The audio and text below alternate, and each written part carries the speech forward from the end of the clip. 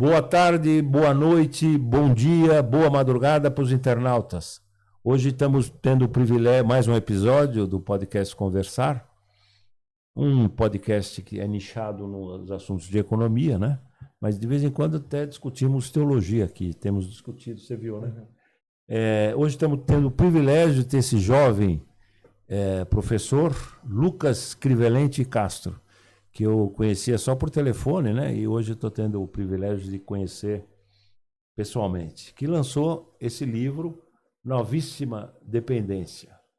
E para me ajudar no bate-papo com o professor Lucas, jovem professor, uma das mais brilhantes promessas da EASP-FGV, o professor Tiago Couto, meu companheiro também no conselho editorial da Revista de Economia Política, fundada pelo Bresser em 81, ininterrupta, né? Nesse tempo todo. Como tudo que o Bresser faz, é um rei Midas, ele põe a mão, vira ouro. E hoje considerada a mais importante revista de economia da América Latina, né? Sim. Da América, se pode falar, uma das mais importantes da América também. Agora ela é com edição bilíngue, né? Então, não estou puxando a sardinha para a nossa revista, não. Então é isso.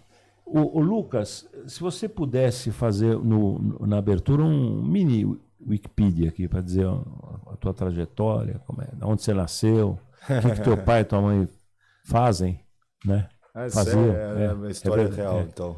Curtinho, completa. Curto. Primeiramente, eu gostaria de agradecer o convite do professor José Márcio, do Tiago, enfim, de estar aqui. Para mim é uma honra e um tanto quanto envergonhado ao mesmo tempo, mas enfim, gostaria de agradecer pessoalmente, agradeci como a gente só se conhecia por telefone, pelo Zap, né? Enfim, mas a minha trajetória de vida. Bom, meu pai é médico infectologista, trabalhou muito nos últimos anos por causa da pandemia. Teu pai é nascido aonde? Chama Altinópolis, é uma cidade a 55 quilômetros de Ribeirão Preto. É onde minha família inteira mora ainda. Tipo, família inteira não, mas boa parte dela. Você nasceu lá também? Não, eu nasci em Campinas, meu pai... Eu sou de Campinas também. Meu pai fazia medicina na PUC, minha mãe é enfermeira e trabalhava na Unicamp. Eu acabei nascendo lá, mas a minha irmã, que é um ano mais nova que eu só, já nasceu em Ribeirão. Você está com que idade? Eu sou velho, já tenho 37 anos. É velho, 2 a mais que eu. Sou da década de 80. Eu preciso fazer uma correção também. Eu não sou professor, eu sou um mero doutorando. Não, quem escreve um livro desse aqui já é professor. Né? Mas é isso. Daí eu cresci em Ribeirão. Não sou economista, minha formação de graduação eu fiz jornalismo na PUC, São Paulo, história na USP, mestrado na geografia da Unesp, que é o fruto esse livro é fruto da minha dissertação de mestrado, que tem uma base, vamos dizer assim, de história econômica e de teoria econômica, e inclusive com disciplinas cursadas na Unicamp. Você fez história na USP, então, né? Isso. Chegou a ter aula com... Ele já estava aposentado, mas de vez em quando ele ainda dava umas aulinhas lá. Aulinhas não, aulonas, né? Aulaças. Aulas magnas. O professor Fernando Novaes chegou a... Não, nessa época ele já estava no Instituto de Economia da Unicamp e acho que ele já estava aposentado. Inclusive, eu já vi palestra dele e a obra principal, inclusive, né, que é sobre o aspecto... Agora eu esqueci o nome de referência do livro, mas que é sobre a questão da acumulação primitiva no processo da colônia, né? A colônia como um processo de acumulação primitiva, a colonização nesse fundo. E é um viés pegando pelo Caio Prado Júnior, inclusive. Né? Ele é talvez discípulo, o né? discípulo. Do Caio Prado. Enfim, são autores que a gente sempre trabalhou e eu cheguei a ver algumas matérias e eu tive, enfim, lá na Unicamp também algumas pessoas que eu fiz matérias lá, né, disciplinas, que daí também seguiam a linha do Fernando Novaes. Mas então, agora eu encontrei na economia, eu faço doutorado em economia, tenho que defender até março do ano que vem, mas a minha pesquisa é um pouco diferente. Quem que está orientador? Quem que é? Chama Emanuel Boff. Inclusive, ele é sobrinho do Leonardo Boff. O famoso Boff. E você está fazendo doutorado aonde? Na Universidade Federal Fluminense, a UF. Onde você está prestando concurso para professor, é isso? Já não deu certo. Enfim, depois a gente pode... Depois você fala, em particular. É que eu tinha passado num outro, só que daí não podia ser aceito, porque eu fui fazer o sanduíche, né, do doutorado na França, e daí a reitoria, quando eu estava voltando, o pessoal me chamou de novo, mas eu não pude assumir, porque a reitoria vetou, como eu tinha recusado para ir. E daí, nesse concurso, que era por causa disso que eu tive que recusar, daí acabou não dando certo. Enfim. Não, mas isso faz parte. A males que vem para bem. Faz parte do... E quanto tempo para fazer? O livro é de 2021. Ele foi publicado... A minha dissertação é de 2019. Não, e para fazer a dissertação, quanto tempo? Para escrever? O mestrado durou 2 anos e meio. Para escrever, eu creio que foram 9 meses, mais ou menos. 9. Foi um parto mesmo. Até temporalmente, né? É verdade. Minha irmã... Foi 9 meses depois de 2 anos e meio. Não. Contando esses 9 meses inseridos nesses 2 anos e meio. Tá bom. Enfim, tinha sido 1 ano e... Agora eu tenho que fazer conta aqui da frente de 2 economistas mesmo. Vai ficar feio para mim, então nem vou fazer essa conta. Mas, Lucas, deixa eu te fazer uma pergunta que eu até te mostrei aqui esse livro que acabou de sair, né? Organizado pelo o Leonardo Bellinelli, Pedro Lima e pelo Karim Elaiel, né? Fernando Henrique Cardoso, Modos de Ler, né? Fernando Henrique é nosso amigo, né? Meu particular amigo.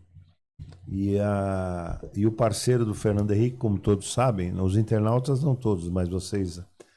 o parceiro é o Enzo Faleto, né? E a única banca que ele participou no Brasil, o Enzo, foi a minha, né? Que eu fiquei amigo do Enzo por causa do Fernando Henrique. Eu era amigo do Fernando Henrique. Era e sou, né? E...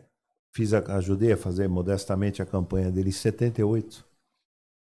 E nós, um grupo de amigos, você tem que sair, mas eu não ganho, eu vou concorrer com o Montoro, né? O Fernando Henrique. Não, mas não tem problema, o Montoro vai se eleger governador, você fica suplente e depois você assume, deu certinho. Né? E se você aceitar, eu ainda consigo, eu blefei, né? Eu e o consegui, como é que é o nome do menino? É o dono do prédio da GV. Morreu, era meu colega, já vou lembrar o nome. Ele é o dono, a família é dona do prédio GV do 474. E João Melão, foi meu companheiro de campanha, né? Eu e o João Melão conseguimos a música do Chico Buarque para tua campanha. E não é que conseguimos mesmo? O Sergito, o irmão foi meu professor e via Sergito, nós fomos lá e conseguimos. Sérgio Buarque Filho, conseguimos a música do Chico. Eu lembro A gente não quer mais cacique, a gente não quer mais feitor, a gente agora está no pique, Fernando Henrique para senador. Essa música bombardeou. Então, a minha pergunta é a seguinte, estou falando tudo isso para dizer o seguinte, por que não Fernando Henrique num livro A Novíssima Dependência? Tem Fernando Henrique. Não, tem, mas digo, não tem um capítulo sobre ele. Não tem. Tem um capítulo sobre o Florestan e tem um capítulo, né, sobre o... Do Teotônio dos Santos. É junto, na verdade, é o segundo capítulo. Tem uma parte do Florestan, que foi orientador, inclusive, do Fernando Henrique. Enfim, depois o Florestan vai se decepcionar muito com o próprio Fernando Henrique, em termos políticos, e o que vinha sendo feito, né, que já sinalizava. O Florestan morreu em 95, ele nem viu o governo de fato do Fernando Henrique, mas Enfim, ele já vinha se decepcionando. Viu um aninho, né? Um aninho ele viu. Acho que não deu nem tempo de um ano, porque eu acho que ele morreu. Eu não sei a data exata, mas eu acho que foi no meio do ano, não foi? Mas ele pegou o Fernando Henrique já presidente. Sim, né? sim. Ele viu ele tomar a posse. Mas então, o Fernando Henrique era senador e o Florestan era deputado. Eu fiz essa pergunta não é para te constranger, é para esclarecer, né? Ok, não, mas tem. Eu vou chegar lá, desculpa. Só fui... Não, tranquilo. Mas daí é isso, eu tenho um ponto de vista marxista, né? Não vou negar aqui. E daí o Florestan surgiu como... Para mim, vou ser bem sincero, o Florestan é o maior intelectual que esse país já produziu. Enfim, e foi... É uma figura que foi meritocrática e ele negava a meritocracia, inclusive, né? Não sei se vocês sabiam, mas ele foi analfabeto até os 18 anos. Eu fui aluno dele, eu fiz um curso, aliás, 2 semestres, análise do processo revolucionário na PUC. Foi lá que eu fiquei amigo do Zé Dirceu, que também fazia, né? E tive o privilégio de, em 60 dias, virei amigo de infância do Florestan. Tive esse privilégio, eu diria. O senhor tem muitos amigos importantes, eu sei, mas esse é realmente um privilégio, esse aí. E era uma figura espetacular. Sim. Né? Fora da curva. Intelectual. Fora da curva. Tanto dentro da academia quanto fora, e sempre muito aquele... Um monstro, né? Um monstro. Aquele intelectual... enfim, me fugiu o termo agora, tem um conceito para isso. Mas é orgânico, intelectual orgânico. Eu fiquei impressionado, Lucas, uma curiosidade, eu não vou falar o que ele falou, mas eu fiquei impressionado na segunda aula, a turma ia fazer lanche, e eu na primeira aula fiz isso, e na segunda também. Na segunda aula, ele se abriu comigo, ele falou coisas que eu não vou aqui reproduzir, mas eu fiquei assim... impactado. Fiquei 2 dias assim, falando, como é que essa figura maravilhosa, né? Um Zé Mané das Couves, né? E ele se abriu comigo, falando coisas, eu achei fantástico. Ele me ganhou ali na segunda aula, me ganhou, não, em termos intelectuais já tinha ganho de forma inequívoca, mas em termos pessoais é uma figura maravilhosa. Sim. Depois no final da entrevista até falo o que ele... Tá bom. Me lembra de perguntar. Tá bom. Só voltando à questão principal, né? Porque o Fernando Henrique não está tão presente. Pelo que eu senti, só para facilitar a tua resposta, aí você responde. Tem uma razão, primeiro, ideológica, sim? Primeiro.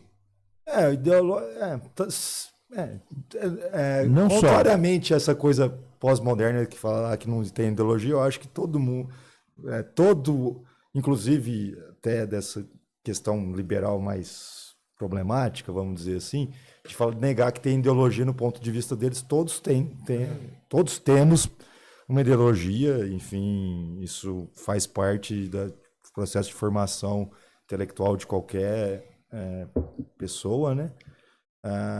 Sim, tem esse lado, mas tem a questão que, aliás, né, você comentou a prova que eu estava fazendo, e a prova dissertativa foi pensamento latino-americano, caiu esse tema. E daí eu até comentei assim, né, tipo, é um tanto complicado. O Fernando Henrique e o Faleto, os dois, né, no livro clássico deles, que se não me engano é de 66. Não, é 69. 69? Enfim, naquele livrinho, é um livrinho mesmo, é bem curto para o leitor que não, para o ouvinte que nunca leu, vale a pena, mas enfim. Só que ali ele toma uma atitude que já tem que voltar, né, nos pensamentos da CEPAL. Antes o Prebisch, quando lança, lá em 49, ele vai pôr a industrialização como meio de desenvolvimento, daí isso depois vai ficar interpretado, porque daí não vai superar as questões do subdesenvolvimento como uma certa figura de etapismo, a ponto de vista dele, que o subdesenvolvido seria uma etapa para se chegar ao desenvolvimento. Daí vem a crítica do Aníbal Pinto, primeiro, falando da heterogeneidade estrutural. Daí, só que ele fala que pro Aníbal Pinto, né? Que isso não vai... essa heterogeneidade é porque a modernização não chegou para todos os setores na América Latina. Daí já vem... Isso tudo dentro da CEPAL. Daí depois vem o Oswaldo Sunkel e o Celso Furtado, enfim, demonstrando que isso era uma dinâmica interna, de alguma forma, histórica dessa questão centro-periferia. E daí vem o Faleto e o Fernando Henrique principalmente, né? Ele era a figura principal, mais que o Faleto, inclusive. Ele era um intelectual de grandíssimo porte já, foi orientando do Florestan, como a gente comentou, e daí ali eles assumem uma postura que eu vejo mais realista, assim, e daí não teria, tipo, e eles falam dessa forma, né? Uma situação que está no livro, mas eu não lembro exatamente, mas já que não vai haver de fato a revolução socialista, a nossa opção é integrar de fato. E integrar dessa forma subdesenvolvida. Só que daí perde de alguma forma o elemento crítico, né? E por isso que eu prefiro o Florestan, que deixa esse elemento crítico. Entendi. Mas eu concordo com você, mas tem dois aspectos, Lucas, que acabou sendo um trunfo para o Fernando Henrique e para o Enzo Faleto. Não sei se você vai concordar, mas eu vou destacar isso, aí você pode se contrapor se você quiser, se você não concordar. Mas os dois tiveram dois trunfos em relação. Você destacou bem que não seria possível eles desenvolverem a teoria da dependência se não tivessem passado pela CEPAL, porque ambos eram da CEPAL, tá certo? Então eles pegaram todo esse desenvolvimento que o Prebisch fez, que o Sunkel fez, que o Aníbal Pinto, enfim, o próprio Echavarria, enfim, né? Mas eles tiveram dois trunfos, né, Tiago, Lucas? Um deles é que eles não eram economistas. Tanto é que o subtítulo é Dependência e Desenvolvimento, subtítulo, um ensaio de interpretação sociológica. Né? E a outra vantagem, o manifesto da CEPAL, que é de fim dos anos 40, tá certo? 49, o texto do Prebisch é de 49. E nós chamamos a atenção aqui que o livro Dependência e Desenvolvimento é de 69, apesar de escrito em 67, 68, publicado em 69, né? Eles pegaram, não é que houve miopia dos cepalinos da primeira leva, nesse in between, aí, entre esses 20 anos, ficou explicitado um fenômeno que não estava claro ainda no final dos anos 40, que é a internacionalização do mercado interno. O fenômeno da globalização não tinha esse nome. Aliás, o capítulo 4, Dependência e Desenvolvimento, é a internacionalização o título, né? Internacionalização do mercado interno, né? Uhum. Então, eles se beneficiaram disso, né? Eles já, depois de 20 anos, a coisa estava um pouco mais clara. Não é? Sim. Então, é um trunfo metodológico, porque são sociólogos, e aí, necessariamente, fazer, a visão de vocês é muito economicista. E cadê as classes sociais? Como é que é o arranjo das classes, né? É a herança do Florestan, na minha opinião, isso aí. É a herança do orientador dele, que ele era sociólogo. Ele era um sociólogo. Enfim, não, mas você tem cientista político e sociólogo. Você tem toda a razão. Concordo com você que o Fernando Henrique não poderia ter escrito Dependência e Desenvolvimento junto com o Faleto, né? Sem a visão de América Latina, que o Faleto conhecia a história da América Latina muito mais do que o Fernando Henrique. Eles estavam no Chile, inclusive. No Chile. Mas sem o Florestan não explica, né? Sim. Agora, a coisa é que o sucesso da vertente, a teoria da dependência na vertente FHC, na época, né? Depois há questionamentos, mas o sucesso da vertente FHC Faleto foi muito maior do que a do Rui Mauro Marini, Teotônio dos Santos. Né? Posso colocar uma colher aqui? E o sucesso também foi muito estrondoso por um apoio no exterior também, certo? Não foi só um sucesso dentro. E aí, linkando aqui com o subtítulo, eu sei que você estudou bastante isso também, do imperialismo. Né? E aí já linka com a própria divergência interna que você citou da dependência, é um lado mais a solução fora do sistema e a solução se associando ou dentro. O professor Bresser usa o termo associar, né? Se associar. Então, qual que foi o papel? Quer dizer, não sei se isso faz parte da interpretação, mas eu acho que, como você estuda o imperialismo, acho que é importante isso. Para o sucesso dessa vertente do FHC. Porque nós vamos pedir desculpa a você, Lucas, porque nós dois não lemos eu não li o teu livro. Tá bom. Então eu estou pedindo desculpa, tá? Okay. Mas porque se tivéssemos lido, né? O sucesso eu acho que tem vários fatores, né? Primeiro é a própria CEPAL, que era um órgão, existe ainda, né? A Comissão Econômica para a América Latina existe, não é, ela está num momento diferente, não é como lá em 49 como ela surge, mas é isso, é uma organização vinculada a Nações Unidas, Nações Unidas, a ONU, e enfim, isso já demonstra, é um texto dentro das próprias da ONU, né, um texto que está vinculado a essa instituição e tem todo esse peso desse multilateralismo, tudo isso, e a própria questão da conjuntura internacional da época era diferente. Então é isso, né? Tinha, apesar de já estar com o Fordismo ou keynesianismo, queiram nomear do jeito que quiserem, sinalizando da sua crise ali nesse contexto, no fim da década de 60, que vai estourar mais claramente, já tinha os déficits, né, dos Estados Unidos, do balanço de pagamentos, toda a questão da guerra do Vietnã, enfim. O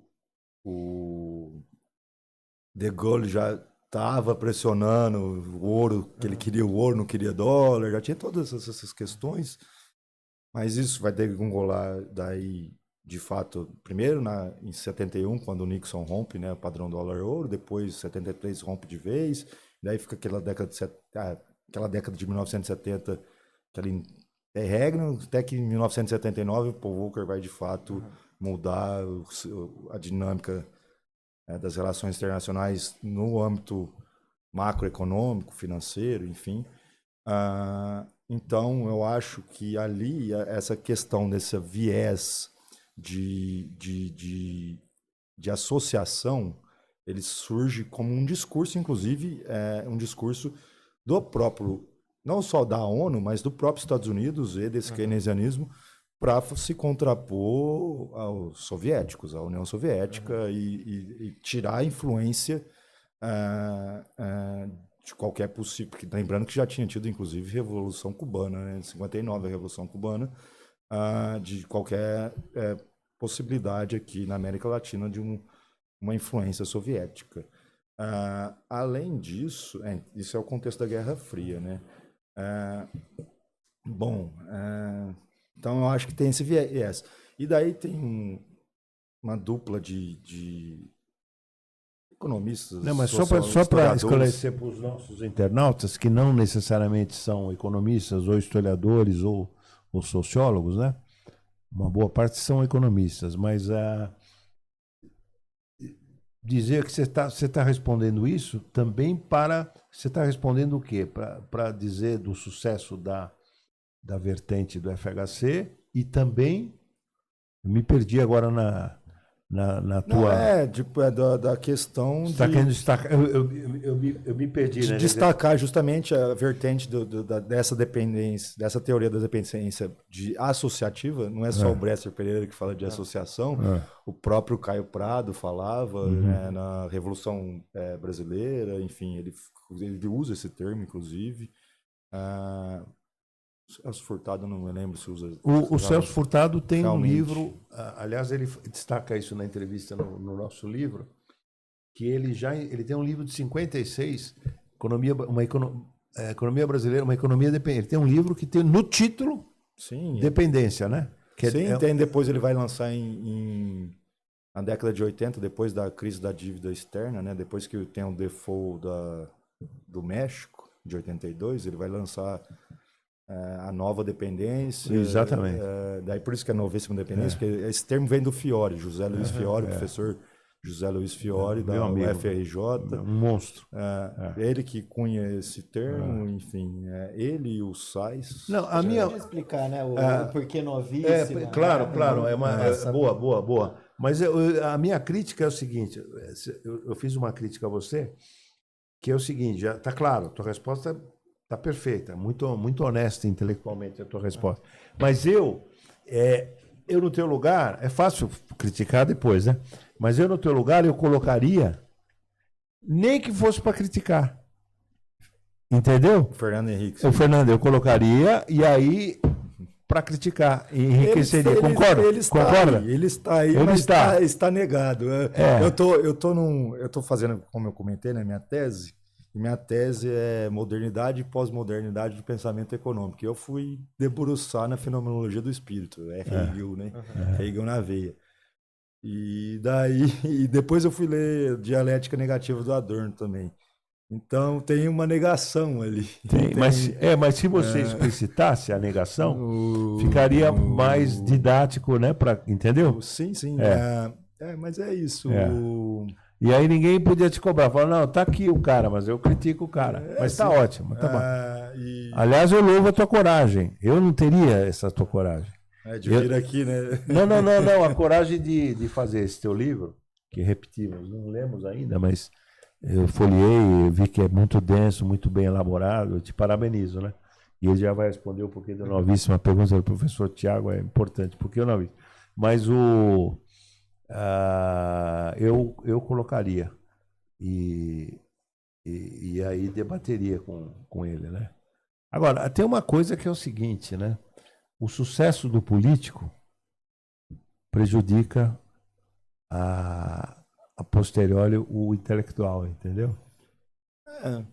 Eu acho que o Fernando Henrique ainda é uma referência de qualquer forma. O sucesso político incomoda, né? Incomoda. Não estou falando que você fez isso aqui, não é isso. Mas não. Se você for pensar por esse lado, não sei. A gente está no Lula 3, né? Mas eu vou voltar. Mas eu acho que o Lula 1 teve mais sucesso, Lula 2 teve mais sucesso que o Fernando Henrique. Fiquei com uma coisa que eu nunca vi ninguém esclarecer tão bem, né? O que a teoria da dependência se transpõe em termos políticos? Ou seja, o que do governo FHC é enraizado na teoria da dependência e o que foi a política na prática que exige... Excelente pergunta. Eu acho, voltando à negação aqui, eu acho que de alguma forma ele negou quando ele virou presidente qualquer questão da dependência. Aliás, ele estava, no fundo, de alguma forma coerente, porque ele vai pregar essa associação.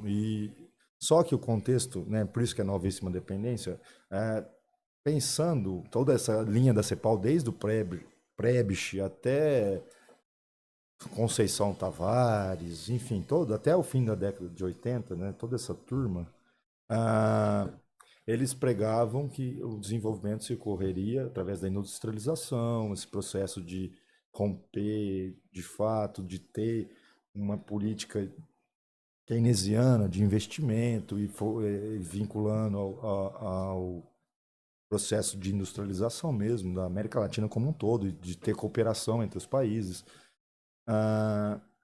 E nisso, né, tipo, o contexto internacional, como eu vinha dizendo, muda, né? Então, todo mundo que analisa nesse âmbito da CEPAL vai falar que esse período vai de 1930, logo depois da crise de 29, né? Começa daí o processo de substituição de exportações, depois vem o manifesto em 49 e desenvolvimento da CEPAL de fato. E daí isso possibilita, mas vai durar até 1980, justamente aquela questão do choque Volcker, né? O Paul Volcker, que era o presidente do Banco Central dos Estados Unidos, o Federal Reserve, ele sobe os juros abruptamente e muda todo o contexto macroeconômico mundial. Enfim, o dólar vinha sendo questionado, por exemplo, na década de 70, como moeda soberana, toda a questão da dívida que vinha crescendo, e com o choque Volcker eles reassumem isso, vai degringolar posteriormente na década de 80, na crise da dívida externa. O primeiro país a quebrar foi o México, Depois isso se arrastou para toda a América Latina, enfim. E ali já não tinha mais essa possibilidade nesse âmbito e vinha com reformas neoliberais mundo afora. Primeiro nos países desenvolvidos, lembrar a dupla, né, Margaret Thatcher no Reino Unido e Ronald Reagan nos Estados Unidos, na década de 80. Isso se espalha, apesar do Mitterrand ser um socialista, isso vai entrar na França. Depois, na década de 90, na periferia mesmo, na América Latina, enfim, na periferia da Europa, dos países que vai ter o colapso também da União Soviética, enfim, isso vai entrar em todos esses países. E, nesse contexto, de alguma forma, não tinha mais um vínculo de fazer um desenvolvimentismo de fato num governo, porque ele está em 95. E ali tem toda essa... Você pegar, inclusive, o Plano Real, ele coordenou o Plano Real. Ele não era economista, mas ele coordenou, com toda a equipe do Pedro Malan, enfim, Pércio Arida, todo mundo, né? Ele coordenou, e é isso. A questão da política macroeconômica, ela fica voltada muito para, desde então, e é isso que o José Luiz Fiore está apontando, justamente em 95, é o texto dele, que é essa novíssima dependência, que a professora Leda Paulani, da USP, da FEA USP, fala que desde então, e eu também não faço essa diferenciação entre o governo Tucano ou o governo PT Lula 1 e 2, mesmo Temer depois, Bolsonaro, enfim, todos eles mantêm esse padrão, que é um padrão de termos da professora Leda Paulani, plataforma de valorização financeira. E nisso, nesses mecanismos financeiros mesmo, nesse quesito, título da dívida pública. Não, e também não é só isso. Os fundamentos da política monetária é o mesmo, né? Sim. Desde o advento do Armínio, aliás, quem coloca é o Armínio junto com o Sérgio Verland, né? A política de metas de inflação. Sim, o tripé, depois vai virar o tripé em 99, né? Porque não tinha o câmbio flutuante, o câmbio era fixo. Uhum. E aí, desde eles até agora. Até agora. Apesar de não estar dentro da centro da meta, mas isso explica ele está lá. O superávit primário. Não explica tudo, mas explica muita coisa. Mas a reunião, tem a reunião que, inclusive, que é Haddad, ministro da Fazenda, com o presidente do Banco Central, que é quem determina qual vai ser a meta de inflação. Não é o Copom, é a comissão. Agora me fugiu, né? A comissão monetária. Comissão monetária. Não. E é junto com o Ministério do Planejamento também. Isso. Eles que definem a meta de inflação. Em geral, o ministro do Planejamento apita pouco. Comitê de Política Monetária. Não, o comitê é o Copom, né? É a Comissão Monetária Nacional. Em geral, o Ministério do Planejamento apita pouco, né? Sim. Não é porque é uma fraqueza da Simone Tebet, não. É porque estruturalmente... Isso é histórico no Brasil, inclusive. Eu não lembro quem foi que me alertou para isso, mas todos os ministros da Fazenda tinham um viés mais monetarista, vamos dizer assim, desde lá, sei lá, da época do Jânio Quadros, do Juscelino, enfim. E um exemplo clássico para isso é o governo, enfim, eu não gosto de chamar de governo, mas ele foi presidente interventor, vamos dizer assim, que é o Geisel, né? O que tinha o Mário Henrique Simonsen como ministro da Fazenda, ele tinha um viés mais monetarista, e o o ministro do Planejamento era o Reis Veloso, que tinha um perfil mais desenvolvimentista. E o próprio Geisel tinha essa questão de Brasil potência, não sei o quê, vamos desenvolver, vamos de fato. E, na verdade, aí que vai para o colapso de vez mesmo. Agora, Você ia falar? Não. Você ia falar. É só complementar que a novíssima dependência, daí é esse contexto dessa subordinação no âmbito dessas reformas neoliberais, e que daí não daria, e que o tripé... Aliás, o regime de metas é de 97 e superávit primário também é de 97. O câmbio flutuante que entra em 99, porque antes era até janeiro, né, de 99, ficou o câmbio fixo a âncora cambial, né? Mas deixa eu só fazer uma observação para corroborar o que o Thiago chamou a atenção, e você também, né?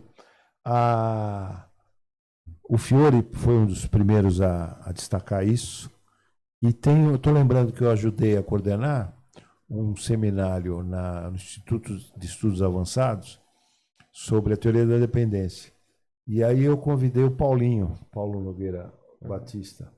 E o Paulo é muito sério, muito produtivo, e ele fez para nós, ele fez um artigo, uma fala, dependência, da teoria à prática.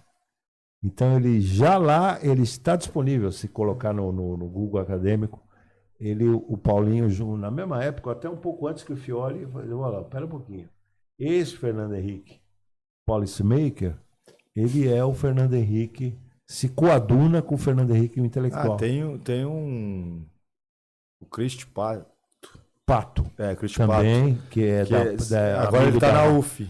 Mas ele é muito amigo da Rosa Maria Marques e deu aula da PUC. É por isso que você falou, o senhor falou que deu aula lá também. Não precisa me chamar de senhor, não, que eu sou mais novo que você. Mas então tem o Paulinho Nogueira Batista. Eu falo Paulinho porque ele é mais novo que eu, então. O Paulinho tem o Fiore, chama atenção.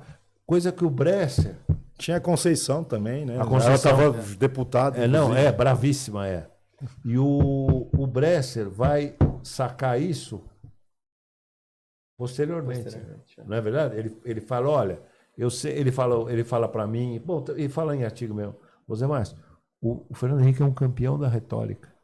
E ele era ministro, né, o Bresser, nessa época. Era ministro, ele foi ministro. Mais do que ministro. Ele foi o cara que... Ele foi o tesoureiro da campanha. Ah, sim. Mas depois ele foi ministro da administração. Ele foi ministro do planejamento, não foi? Não. Administração. Ele foi da ciência e tecnologia e da administração, que foi um ministério criado, né? Super ministro. Ele, na verdade, ele teve uma participação tão importante na primeira eleição. Porque o Bresser era um cara inquestionável do ponto de vista também comportamental, né? Um nome impecável. Então ele foi colocado para... Senão qualquer outro cara podia virar um PC Farias, lembra o PC Farias? Né? Ele foi o tesoureirão, né? E aí o Bresser, na verdade, ele queria, estou lembrando aqui, ele queria e merecia ser ministro das Relações Exteriores. Não é verdade? Sim. E aí não foi, mas acabou virando... Eu até brinquei, quando ele voltou de Brasília, no dia seguinte, aqui no fim de semana, eu tive com ele e falei, Bresser, estou morrendo de inveja de você. Eu sou santista, né? Eu sempre E o Bresser é o quê? Não, o Bresser não torce. Não. Aí eu sou santista. Mas hoje menos, né? Eu falei, Bresser, estou morrendo de inveja. E ele falou, por ser ministro, eu falei, não, eu sempre quis jogar no mesmo time, na mesma equipe que o Pelé. Porque o Pelé era o ministro dos esportes, lembra? E eu vi a foto da posse, né? Tá lá o Pelé e tá lá o Bresser, eu sempre quis. Mas o Bresser não virou chanceler, ele queria ser. Mas o Bresser, tô falando isso para destacar, o Bresser vai sacar o que o Fiore sacou e que o Paulinho sacou, e você lembrou bem a Conceição, que o Fernando Henrique, o policymaker, está... Sim, na prática, né? Da teoria prática. Ele não nega, né, o que ele já tinha defendido no artigo. No livro com Faleto, né, no fundo. Não nega. E também ele se defende, dá para se defender ele o seguinte. Lembram que teve aquele jornalista da Folha, que eu já vou lembrar o nome importante, mas não teve, esqueçam que eu escrevi. Não. Ele fala que não teve. E ele tem razão nesse caso, porque esqueça o que escrevi, porque tá não tá negado, né? Tá concordando. Corroborou, né? Corroborou. Agora, eu vou dizer uma coisa, hein? Vamos não querendo defender, estou querendo te ouvir, eu ouvir o Thiago aqui. Não, é difícil, né, cara? É difícil correr contra... Porque, na verdade... eu ia colocar a questão do imperialismo. Não só o imperialismo, o capitalismo. Cara. Sim. Porque você pega a vertente do... Como o próprio Lenin diz, né? O imperialismo é a fase a última etapa, contemporânea do capitalismo. Exatamente. É um livro clássico do Lenin. Né? E você pega, por exemplo, a vertente Rui Mauro Marini. né? Sim. Que é maravilhosa, não tenha dúvida, um puta cara problemas, importante, né? mas tem problema o seguinte, e daí? Né? Tanto é que tem um famoso, até violento. Eu até falei, o Zé Serra, eu sou muito amigo do Serra, né? Faz um tempinho que eu não falo com ele. Mas eu cheguei a falar com ele na época. As Desventuras da Dialética da Dependência, o artigo do Serra com o Fernando Henrique, Você leu esse artigo ou não? Eu já li artigo deles Não, criticando o Marini, que eram bem pesados. É pesadíssimo. Sim. O título é As Desventuras da Dialética da Dependência. Pesado, paulada. É paulada. O Fernando Henrique, que me disse, o Zé Márcio, isso é coisa do Serra, essa violência é coisa do Serra. Ele cutuca o Serra como irmão mais novo. Mas é uma violência, né? Então, mas é o seguinte, o Serra tem um artigo clássico com a Maria da Conceição Tavares. Sim. Né? Por criticar o Furtado. Além da estagnação. Um clássico, né? Sim. E é um livro interessante. Mas a violência do Desventuras da Dialética da Dependência é muito maior do que... Porque no Além da Estagnação, eles batem no Furtado, mas com muita elegância, né? Agora, não é que eu estou querendo defender o Fernando Henrique. É possível, porque a vertente do Rui Mauro Malini é socialismo. Sim, sim. É possível socialismo? A pergunta não é só a questão da dependência. Sim, eu gosto dessa provocação. Entendeu? Quer dizer? Sim, eu acho importante, inclusive, essa provocação. Bom, eu acho que o socialismo é possível, mas não... Não num só país. Justamente. Não só num país, mas não, inclusive, na periferia. Se no contexto de imperialismo, jamais vai ser isso possível. Primeiro, justamente a gente está vivendo isso agora, inclusive, né? Tipo, eu acabei de participar de um congresso, o Encontro Nacional de Economia Política, e eu fui falar de um artigo sobre esse contexto do aumento das rivalidades interimperialistas, e como isso justamente pode estar nos sinalizando mais uma vez. E não é nem eu fui fazer o sanduíche em Paris, né? Lá eles estão falando abertamente, estão se armando de novo, está tendo uma corrida armamentista, tipo, o PIB vai ser diluído, né? Mas vai mais que dobrar, né? Vai passar de 2% de investimento, se é que podemos dizer isso, investimento, para 5% do PIB em gastos militares. Eu vou até mais longe. Eu, em geral, sou um cara otimista, não sou? Eu vou dizer aqui para vocês que está numa iminência de uma terceira guerra mundial. Sim, não. É isso que eu argumento. Espero que eu esteja errado. Espero que eu esteja errado, na verdade, né? Porque não quero isso, não quero a barbárie. Eu tenho esse ponto de vista muito frankfurtiano, inclusive, do Benjamin e do Adorno, né? Disso é barbárie, no fundo. E a competição imperialista, ela... O que muda na dependência? Porque... Fala aqui. Isso tem as tarifas agora, né? O Trump, para salvar o seu homólogo, vamos dizer assim, daqui do Brasil, e a gente está gravando num dia que saiu a questão da tornozeleira. Enfim, para salvar, ele impôs essas tarifas de chantagem, né? Eu acho que pensar, enfim... Uma burrice, ele acabou de condenar o cara, né? Sim. Justamente. Ele acabou de condenar. Ou você acha que essa reação... Não, eu ia falar de termos econômicos, né? O Brasil poderia... e o nosso governador de São Paulo aqui até defendeu e está ferrando a Embraer. Desculpa o vocabulário. A Embraer, que é enfim, principal, vamos dizer, empresa de tecnologia brasileira. Mas o Brasil, enfim, já está dentro do BRICS mesmo, mas eu não deixo de reconhecer, inclusive nesse artigo que eu fui apresentar, que tem forças e Putin é um problema. Qual que é esse artigo teu? Choque de placas tectônicas, disputa interimperialista ou avanço do multilateralismo. Multipolaridade. Multipolaridade. Algo do gênero, assim, não lembro exatamente, mas é algo do gênero, e daí no fundo, e daí ponto de interrogação, né? questionando. Aí eu vou chegar lá na conclusão, tipo, com toda a argumentação histórica, inclusive passando por muitas coisas, que a questão é disputa. Inclusive, as sanções que foram impostas desde o governo Biden, inclusive, a Rússia aproximou ainda mais a Rússia e a China, então eles são um bloco. O Trump falou na União Europeia que se vire, eles estão agora no outro bloco e daí os Estados Unidos no outro, e é cada um por si agora, é os três. Inclusive teve o Brexit e eles estão a Inglaterra, o Reino Unido, enfim, está se reaproximando da União Europeia. Então, tem agora, esses três blocos aí, ninguém sabe o que vai dar, e a iminência de uma terceira guerra tá na mesa, inclusive. Eles mesmos estão falando isso, não sou nem eu. E, por outro lado, o mercado financeiro vem lucrando com as empresas, com esses gastos militares, ao lado cínico, irônico dessa questão, que é muito... Eu tenho, como eu disse, essa perspectiva mais da escola de Frankfurt, de ver isso como a barbárie, de daí não ter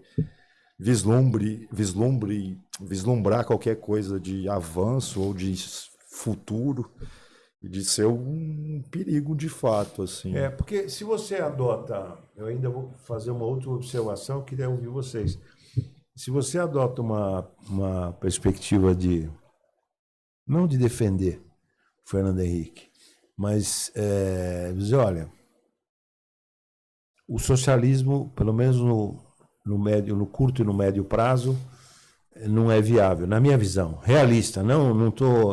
Eu sou ex-empresário, eu não sou só acadêmico, então a turma fala, tem um bias na fala do Zé Márcio, porque é ex-empresário. Não, analisando friamente, perspectiva do socialismo no Brasil, na América Latina, enfim, é baixa a viabilidade. Então, se é baixa, então o que é possível fazer? Então há um pragmatismo enorme do Fernando Henrique Cardoso e do Faleto. Eu vou usar um termo. No governo ele se aliou também a esse mercado financeiro de forma. E o Lula também. Eu critico o Lula também, não é só. Não, aí tem que se criticar mais forte o próprio Lula, sim, do que o Fernando Henrique Cardoso. Não, sim, o Fernando Henrique Cardoso é da teoria prática, né? Agora, o Lula não teve a teoria, até porque ele não é teórico, né? Mas tinha um discurso, tinha toda a história do partido, né? E ele, na verdade, tudo bem, o Lula é um fenômeno, eu sou um acadêmico, né? É o maior político da história. Sim. Ele se elegeu 5 vezes, né? Se você for falar que é de um deputado. Tá. Não, 5 vezes, né? E é possível que se reeleja agora. A sexta vez. Sim. Então, um cara que foi 6 vezes presidente da República, quer dizer, quem sou eu? É um fenômeno. O cara é um fenômeno, não tenha dúvida. Mas ele mudou mais, ele traiu mais os ideais, vamos dizer assim, do que o próprio Fernando Henrique. O Fernando Henrique está da teoria prática, pegando o título do Paulinho Nogueira Batista. Da teoria prática. Sim. Então, aquele esqueço que eu escrevi, nem precisava, ele nem disse isso. No fundo, não, no livro dele que eu falei, está lá já a orientação. Por isso que no começo eu falei, e não é.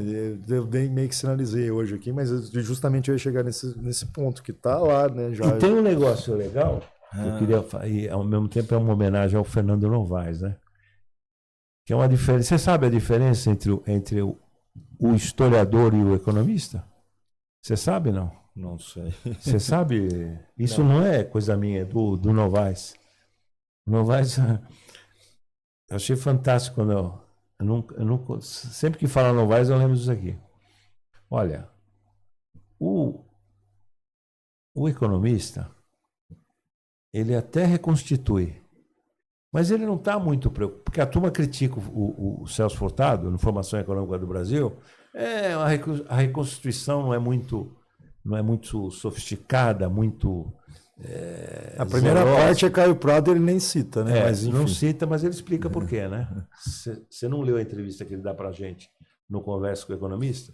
Eu faço essa pergunta, eu falei, professor, o senhor não cita o E ele tem a honestidade intelectual de falar, olha, porque ele cita na tese de doutorado dele, orientada pelo Maurice Bier, em Paris, está lá o citado direitinho, Celso Furtado. E ele tem a coragem de responder, a honestidade intelectual. Ele falou, olha, Zé Márcio, eu tinha pretensões de ser policymaker, de ser um homem de... Não, eu tô falando do Celso Furtado, não cita o Caio Prado na primeira parte. Não, deixa eu te responder. Ah, não, é isso. É isso que eu estou respondendo. Eu cobro isso dele na entrevista, no Conversa com o Economista. Eu cobro exatamente isso. O senhor não cita no Formação Econômica do Brasil. Não está na bibliografia. Está o Roberto Cochrane Simonsen, está tudo, mas não está o Caio Prado. E ele responde assim, olha, eu tinha pretensões de ser um homem de Estado, um homem de governo. Não citar um marxista. E eu tinha receio de, ao citar um marxista, isso me enfraquecer na perspectiva de virar. Ele responde. Achei fantástica a honestidade dele. Porque está, com o Maurice Bier, a tese dele está citado o coisa. Mas falando do Novaes, que eu acho que é muito interessante, até uma homenagem a ele. A diferença entre o historiador e o economista. Não sei. O economista reconstitui, igual o historiador reconstitui.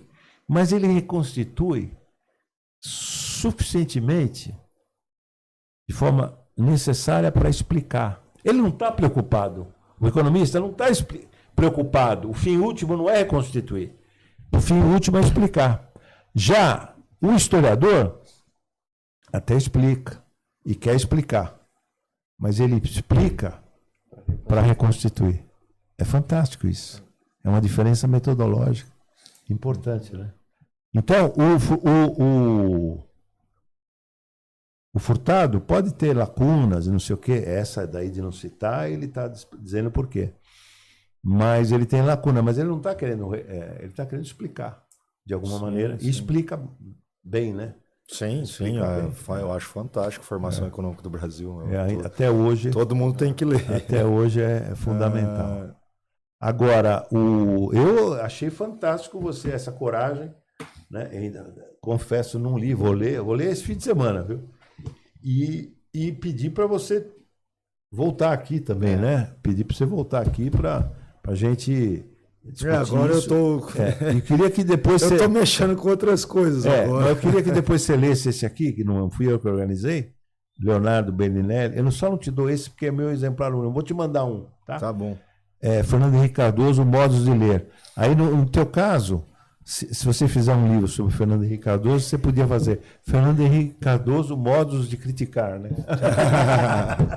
Mas você ia falar, Tiago, eu te interrompi. Não, acho que foi ótimo. Acho que deu para entender a diferença que a financiarização, né, trouxe para essa dependência. Não, isso é fantástico que eu estou vendo aqui, não li, mas vou ler.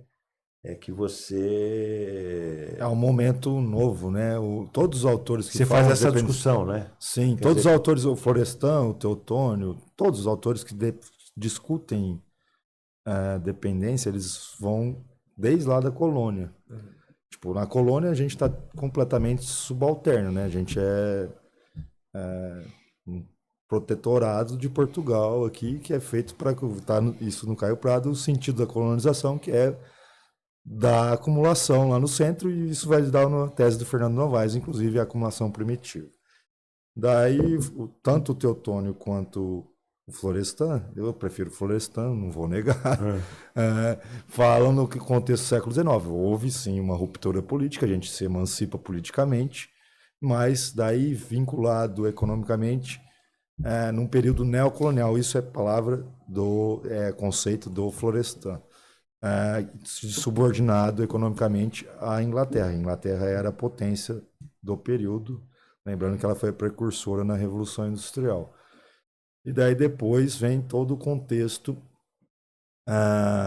O Florestan vai, inclusive, separar, né, o processo de fim da escravidão no Brasil, até chegar a 1930, fica houve o fim da escravidão, mas ela não foi incorporada, a classe trabalhadora de origem escrava, né, ficou segregada. E daí depois ele vai falar dessa questão. E daí ele usa esse conceito dupla articulação, que é desenvolvimento desigual internamente, né? Ele está pegando isso Lenin, Trotsky, e desigualdade social. E subordinação ao imperialismo, desculpa. Desenvolvimento desigual interno é a concentração de renda, a desigualdade, e a subordinação ao imperialismo. Justamente por isso que eu acho que não tem como, se não houver uma revolução global, no contexto de imperialismo, a periferia, e agora está cada vez mais nítido, enfim, eles vêm e atacam a gente, inclusive, isso não tem problema nenhum, a gente está vivendo essas guerras aí. Enfim. Agora, tem uma coisa nesse elogio que todos nós três estamos fazendo ao Florestan, né? O Florestan, ele com muito pouco recursos, produziu demais, né? É impressionante.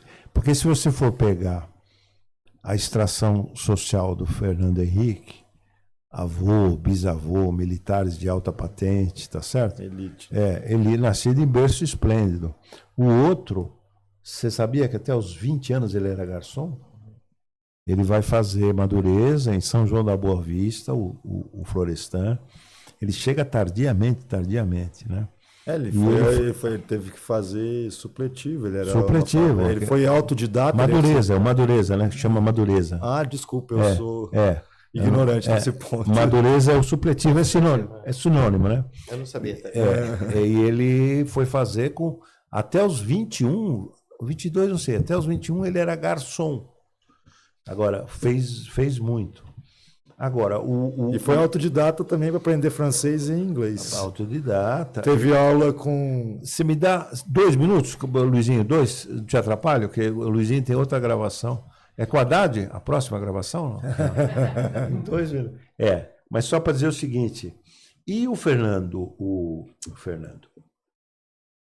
O Florestan vai fazer a obra fundamental dele, também instigado, né, que é o golpe. A Revolução Burguesa do Brasil. Então, eu não completei, né? A tese dele, no fundo, é mostrar como a classe dominante, a burguesia brasileira, ela tem esse viés. Talvez isso ele viveu na pele, né? Porque a mãe dele era empregada doméstica, inclusive. De uma família do Brescia. Alemã, né? Do Brescia. É mesmo? Uma tia do Brescia. Não sabia. Esse detalhe eu não sabia. E daí nesse período ele até frequentava a escola, depois eles são mandados embora, e daí ele tem que começar a trabalhar com 6 ou 7 anos, um negócio 9 anos, E para ajudar a sustentar, era mãe solteira.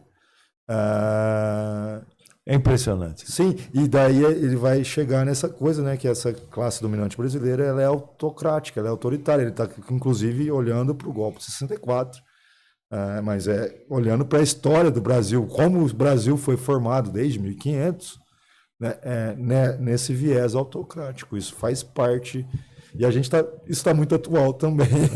E é importante para os nossos internautas, jovens, etc., não dá para entender o Brasil sem ler Florestan Fernandes a sério, né?